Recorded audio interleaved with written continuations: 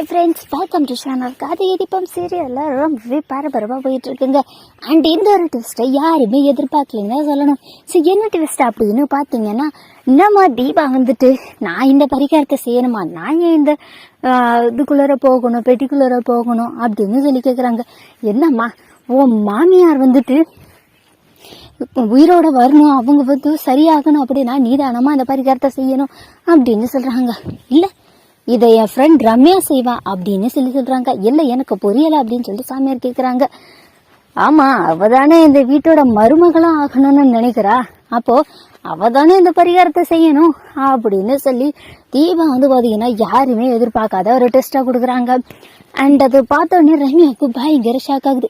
தீபா வந்துட்டு உண்மை தெரிஞ்சிருச்சு. அப்போ தீபா இவ்வளோ நேரம் நம்மக்கிட்ட உண்மையெல்லாம் தெரிஞ்சுமே எதுவுமே தெரியாத மாதிரி தான் நடிச்சிட்டு இருந்தாளா அப்படின்னு சொல்லிட்டு ரம்யாவுக்கு பயங்கர ஷாக். அது வந்து தீபா நீ வந்து என்ன சொல்கிற, எனக்கு புரியலை அப்படின்னு சொல்கிறாங்க.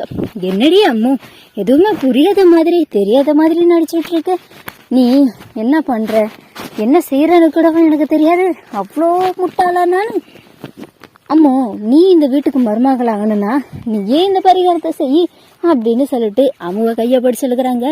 ரம்யா என்ன பண்ணுறாங்கன்னா விடு தீபா அப்படின்னு சொல்லிட்டு தீபாவை இங்கேயே தள்ளி விட்டுறலாம் அப்படின்னு சொல்லி 2 பேர் இடையில சண்டை போட்டுட்டு இருக்காங்க.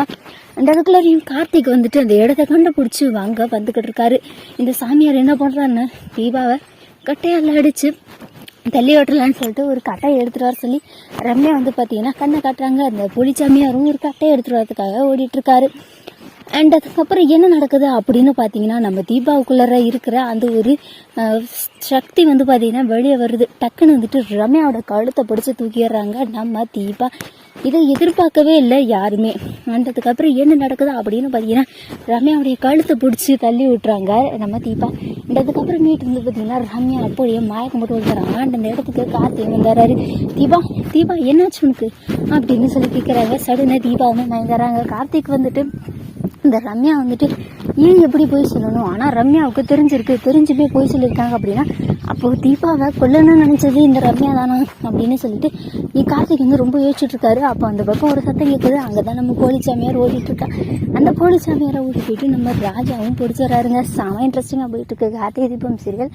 இந்த வீடியோ உங்களுக்கு பிடிச்சிருந்தா லைக் பண்ணுங்கள், ஷேர் பண்ணுங்கள். Okay friends.